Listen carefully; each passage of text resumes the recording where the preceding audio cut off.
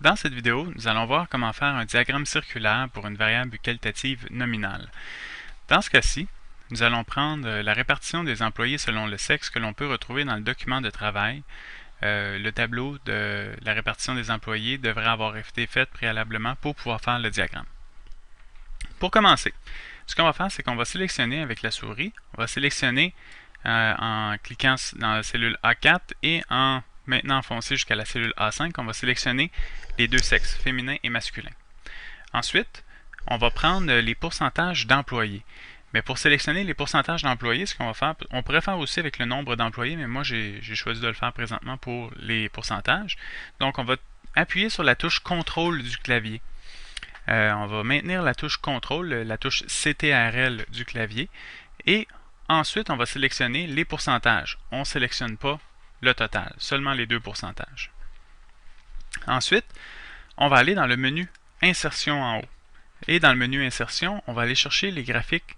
Dans la section graphique, on va aller chercher les graphiques qui sont circulaires, diagrammes circulaires.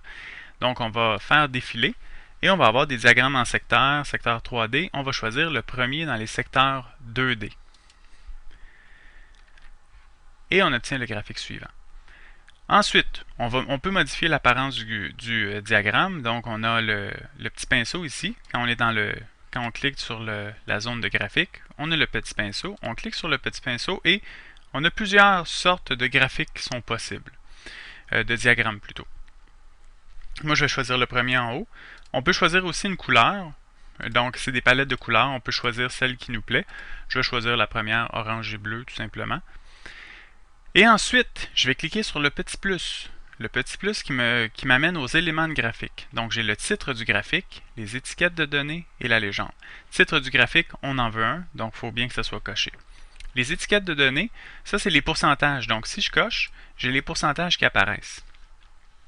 Et finalement, la légende. Est-ce que je veux une légende ou non?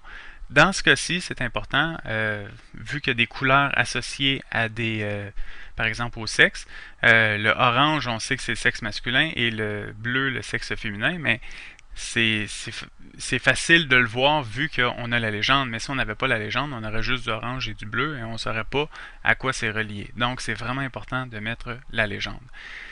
Ensuite, là, on a fini pour les éléments de graphique. On va cliquer sur titre du graphique.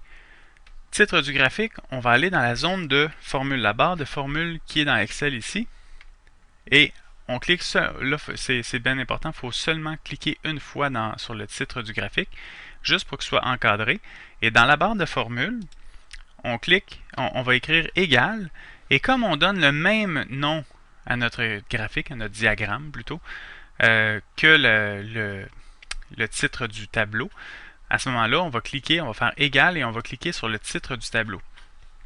Ce qu'on vient de dire à Excel, c'est notre titre du graphique, titre du diagramme, doit être égal à la cellule A2 qui se trouve sur la feuille sexe du document de travail. Et là, on fait Enter ou la touche Entrée du clavier.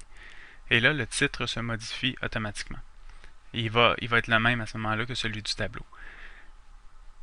Autre chose aussi, si vous voyez que le texte est peut-être un peu trop gros, vous pouvez aller dans le menu Accueil en haut.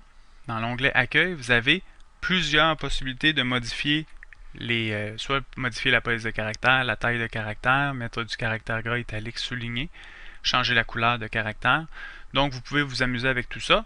Moi, je vais choisir peut-être un caractère 12 au lieu de caractère 14. Je vais prendre 12, qui est un petit peu plus petit, et mon titre est un petit peu plus petit à ce moment-là. C'est donc la façon de faire un diagramme en secteur. Maintenant que nous avons terminé notre diagramme circulaire, nous allons nous attarder au calcul d'angle au centre. Par exemple, le 42%, on aimerait savoir à quoi correspond son angle au centre ici, et le 58% à quoi correspond son angle au centre de l'autre côté. On va donc faire des règles de 3. Donc on a 42%, 42 sur 100, on aimerait ça savoir à quoi correspond cet angle sur 360 degrés. Donc 42 sur 100 équivaut à combien de degrés sur 360 degrés? C'est une règle de 3. 42 fois 360 divisé par 100 va nous donner notre angle recherché.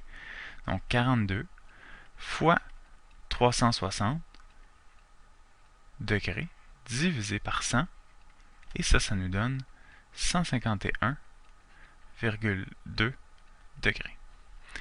On peut faire la même chose pour le deuxième angle. Donc, on peut faire la même chose avec 58 sur 100 équivaut à combien de degrés sur 360? Donc, 58 fois 360 degrés, 360 degrés, et divisé par 100. Ça nous donne un angle de 208,8 degrés. Et bien sûr, si on fait la somme, 151,2 degrés sur plus 208,8 degrés, ça nous donne bien un total de 360 degrés. Étant donné que nous avons seulement masculin et féminin, dans ce cas-ci, on aurait pu seulement calculer le premier, donc 151,2, et faire, pour calculer le deuxième, 360 moins 208,8. Par contre, aussitôt que nous avons un troisième élément, une troisième valeur à notre variable, à ce moment-là, on est obligé de calculer les deux premiers, puis le troisième, on pourra à ce moment-là faire 360 moins les deux autres. Donc, c'était comment calculer un angle au centre.